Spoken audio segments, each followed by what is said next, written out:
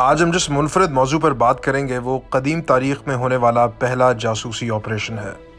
اس video میں ہم اس تاریخی واقعے کی روشنی میں اپنے ناظرین کو ایک ایسے موضوع سے آگاہی دیں گے جس کے بارے میں معلومات 21ویں صدی میں بھی کمیاب ہیں۔ جاسوسی انسانی تاریخ میں ایک قدیم پیشے کی حیثیت رکھتا ہے، مگر آج کے دور میں بھی اس پر ادب اور مطبوعات تقریباً نہ ہونے کے برابر ہیں، اور وہ شاید اس لیے بھی کہ یہ اب تک ایک گمشدہ جہت رہا ہے۔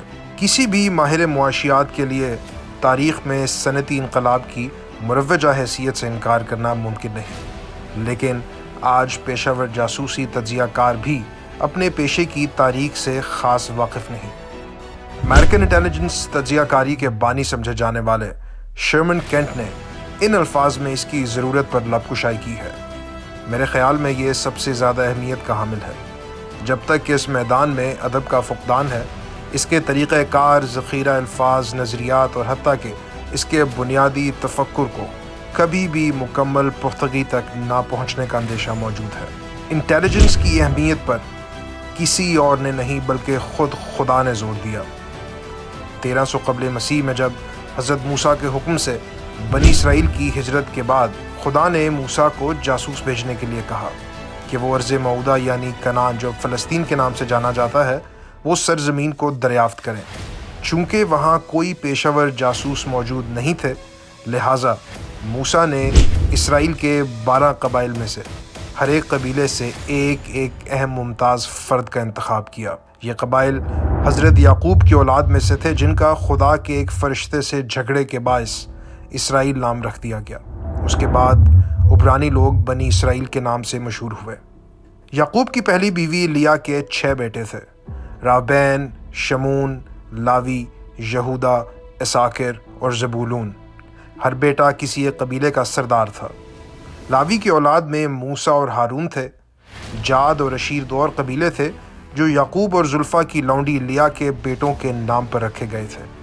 2 اور قبائل دان اور نفتالی حضرت یعقوب کی دوسری بیوی راحیل کی غلام بلا کے بطن سے ہونے والے بیٹوں کے نام پر رکھے گئے۔ راحیل کے 2 بیٹے تھے جن کے نام یوسف اور بنیامین تھے۔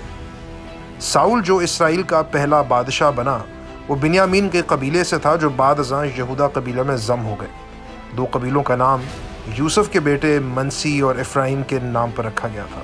در حقیقت عہد نامہ قدیم یا اولڈ ٹیسٹمنٹ جو یہودی تورات ہے، اس میں کسی بھی ملک کی تاریخ کے مقابلے میں جاسوسی کارروائیوں کے زیادہ حوالہ جات موجود ہیں۔ قرآن کریم میں بھی 136 بار حضرت موسیٰ کا تذکرہ کیا گیا ہے۔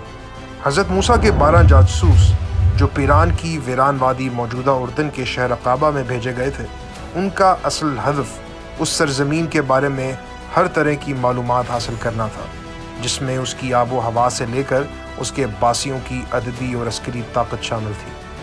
دلچسپ طور پر کنعان پر پیش قدمی کئی حوالوں سے پاک فوج کے خیبر پختونخوا کی وادی راجگال میں کیے گئے انٹیلیجنس آپریشن سے مماثلت رکھتی ہے، جس کا مقصد خیبر پختونخوا میں داعش کی صلاحیت اور سرگرمیوں پر کڑی نگاہ رکھنا تھا۔ پروشیا سے تعلق رکھنے والے مشہور فوجی جنرل اور محقق کارل وان کلاشفٹس کے مقول دشمن اور اس کے ملک کے بارے میں ہر طرح کی معلومات مختصر طور پر ہمارے سارے منصوبوں اور کارروائیوں کی بنیاد ہوتی ہے۔ موسیٰ کے بھیجے گئے 12 جاسوسوں نے اپنی مختصر روداد میں کنعان کو ایک ایسی سرزمین بیان کیا جس میں دودھ اور شہد بہتا ہو۔ 2 جاسوس یشوع اور کالب اپنے عقیدے پر قائم تھے کہ اسرائیلی خدا کے تعاون سے ارض موعودہ پر آسانی سے حملہ کر سکتے ہیں۔ تاہم بائبل کے مطابق بقیہ بزدل جاسوسوں نے ایک ایسا بے تاثیر نقشہ کھینچا جس سے یہ اخذ کیا گیا کہ کنعانی اسرائیلیوں کو ہلاک کر دیں گے۔ ہم کنعانیوں کے خلاف نہیں لڑ سکتے کیونکہ وہ اتنے طاقتور ہیں کہ ہم ان کے سامنے محض جھینگوں کی مانند ہیں۔ اسی طرح قرآن مجید میں بھی ان جاسوسوں کا منفرد ذکر موجود ہے۔ سورہ مائدہ میں یشوع اور کالب کی شناخت 2 پرہیزگار انسانوں کے طور پر کی گئی ہے جن پر خدا نے اپنا فضل اتارا۔ وہ سارا مجمع جو جاسوسوں کی روداد سننے کی غرض سے جمع ہوا تھا، ان پست ہمت جاسوسوں سے جا ملا اور پوری جماعت نے کالب اور یشوع کو سنگسار کرنے کی دھمکی دی۔ انہوں نے گلہ کیا کہ بنی اسرائیل تو مصر میں قید رہتے تو بہتر ہوتا۔ قرآن مجید کے مطابق اسرائیلی اکثریت نے موسیٰ سے کہا کہ وہ کبھی بھی ارض معودہ میں اس وقت تک داخل نہ ہوں گے جب تک کہ اس کے موجودہ باشندے باقی ہیں، لہٰذا تم اور تمہارا رب کنعان جاؤ اور لڑو، ہم یہاں ہی رہیں گے۔ اس بات نے خدا کے غیظ و غضب کو دعوت دی، جیسے عہد نامہ قدیم میں آتا ہے، اور خداوند نے موسیٰ سے کہا، یہ لوگ مجھے کب تک مشتعل کریں گے اور یہ مجھ پر ایمان لانے میں اور کتنا وقت لیں گے؟ ان سب نشانیوں کے باوجود جو میں نے ان پر ظاہر کی ہیں، میں انہیں وبا کے ساتھ ماروں گا اور ان کو ختم کر دوں گا۔ جن تن جاسوسوں نے غلط بیانی کی، ان کی طاعون کی وجہ سے موت ہو گئی اور 40 سال تک اسرائیلی بیابان میں بھٹکتے رہے۔ کوہ نبو پر حضرت موسیٰ کی وفات جو بائبل کے مطابق 120 سال کی عمر میں ہوئی، اس کے بعد اسرائیلیوں پر عذاب ختم ہوا۔ اگر آج بھی کوہ نبو کا دورہ کریں تو آپ بحیرہ مردار کے اس پار ارض معودہ کا وہی نظارہ حاصل کر سکتے ہیں جس کی موت سے پہلے موسیٰ کو جھلک دیکھنے کی اجازت دی گئی تھی۔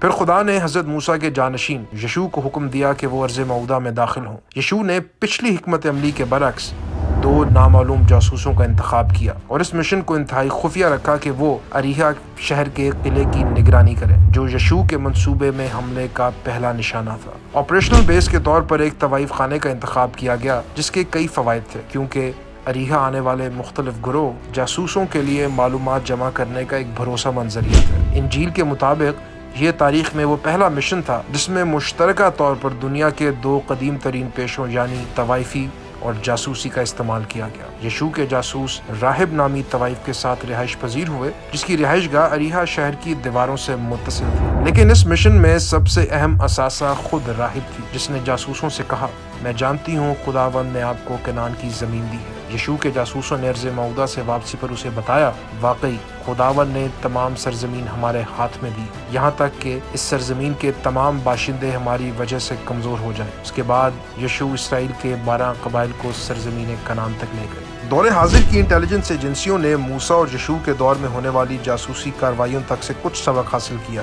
CIA کے خفیہ جریدے اسٹڈیز انٹیلیجنس میں جان ایم کارڈویل نے جاسوسی کے بارے میں بائبل کا سبق کے عنوان سے اپنی تحریر میں لکھا کہ 1970 کی دہائی کے وسط میں CIA کے قتل کے منصوبے موسیٰ کے 12 جاسوسوں کی انٹیلیجنس رپورٹس کے بعد ہونے والی تباہی سے ملتے جلتے ہیں۔ ممکنہ طور پر کارڈویل ایک فرضی نام ہے، مگر وہ لکھتے ہیں، اگر کنعان کی جاسوسی کارروائی سے کوئی سبق سیکھنے کو ملتا ہے تو وہ یہ ہے کہ پیشہ ور افراد کے ذریعے خفیہ طور پر جاسوسی سرگرمیاں ایک منفرد حکمت عملی ہے جو کسی بھی قسم کی سیاسی یا فوجی جواب دہی سے ماورا ہوں۔ یہ پیشہ ور افراد حکام بالا کو خفیہ اطلاعیں دیں جو بغیر کسی بحث کے پالیسی ساز اہم فیصلے کریں، مگر جاسوسوں کو یقینی طور پر پالیسی فیصلہ سازی میں حصہ نہیں لینا چاہیے اور نہ ہی وہ اپنے معاملات عوام کے سامنے لائیں۔ حضرت موسیٰ کی کارروائی عوامی سطح پر تھی اور غیر تربیت یافتہ لوگوں کے ذریعے انجام دی گئی، جس کے نتیجے میں ان کی سیاسی حیثیت کمزور ترین ہو گئی اور لوگوں کا خود پر اعتماد ختم ہونے کے ساتھ ساتھ وسیع المعاد قومی نقصان کا موجب بنی۔ جبکہ یشوع کا آپریشن پیشہ ور افراد کے ذریعے خفیہ طور پر کیا گیا، جس سے شاندار ملی یکجہتی کا حصول ممکن ہوا، جس کی ایک اور بڑی وجہ اس کا کسی سیاسی اور عوامی جواب دہی سے آزاد ہونا تھا۔ یہ بات نہایت دلچسپ ہے کہ موسیٰ اور یشوع کے ذریعے ارض معودہ میں بھیجے گئے جاسوسی مشن اسرائیل کے لیے غیر ملکی خفیہ آپریشن سر انجام دینے والی ایجنسی موساد اور ملکی سلامتی کی ایجنسی شن بیٹ کے نصاب کا ایک اہم حصہ ہے۔ موساد اور شن بیٹ کے نسب العین تک عبرانی بائبل سے اخذ کیے گئے ہیں۔ شن بیٹ کا موجودہ اصول عمل زبور 121 میں آیا ہے، جو اسرائیل پر نگاہ رکھتا ہے، اسے نہ اونگ آتی ہے اور نہ وہ سوتا ہے، جبکہ موساد کا موجودہ نعرہ اور تم فریب کے ذریعے جنگ کرو مثال بائبل سے ماخوذ ہے۔ یوں بھی موساد کا دعویٰ ہے کہ دھوکہ دہی کا نظریہ بائبل سے ماخوذ ہے۔ دسمبر 2012 میں اسرائیلی وزیر اعظم بنجامن نیتن یاہو نے صدر شمون پریز اور موساد کے سربراہ کے ہمراہ ہنوکا کا تہوار مناتے ہوئے کہا تھا، ہنوکا پر ہم روایتی طور پر کہتے ہیں کہ اسرائیل کی طاقت کے گیت کون گائے گا، میں اس پر مزید کہوں گا کہ اسرائیل کی خفیہ کارروائیاں کون کرے گا۔ ہمیں ایک ایسے ادارے کی ضرورت ہے جو قدیم اور جدید دونوں طریقے کو استعمال کرتے ہوئے بین الاقوامی سطح پر کام کر سکے۔ موساد صرف وہی کام کر رہا ہے، مگر ایک بہترین طریقے سے۔ انٹیلیجنس کارروائیوں کی تاریخ آج کی دنیا کی انٹیلیجنس ایجنسیوں سے بہت پرانی ہے، لیکن انٹیلیجنس کی دنیا میں تاریخی واقعات سے سبق بہت محدود پیمانے پر حاصل کیے گئے ہیں۔ کنگز کالج لندن کے مورخ جان بیو کے الفاظ میں، تاریخ پاور پوائنٹ یا ایگزیکٹو سمریوں سے بآسانی نہیں بنتی جس پر ہمارے پالیسی ساز زیادہ تر انحصار کرتے ہیں۔ تاریخ کی صحیح تفہیم صبر کا تقاضا کرتی ہے، جس کی پالیسی سازی کے لیے عجلت کے ساتھ تطبیق آسان نہیں۔ ایک اچھا نقطہ نظریہ یہ ہے کہ ماضی کو وحی کے بجائے حکمت کا منبع سمجھا جائے۔ جیسا کہ ہم ابتدا میں یہ کہہ چکے ہیں، انٹیلیجنس تاریخ کی ایک گمشدہ جہت ہے، اور کوئی بھی گزرے کل کو خفیہ دنیا میں ہونے والے واقعات کو جانے بغیر نہیں جان سکتا۔ اگر آپ کو یہ معلوماتی ویڈیو پسند آئی تو لائک اور سبسکرائب کرنا مت بھولیں، اور نئی ویڈیوز کی نوٹیفیکیشنز حاصل کرنے کے لیے بیل آئیکن پر کلک کیجیے۔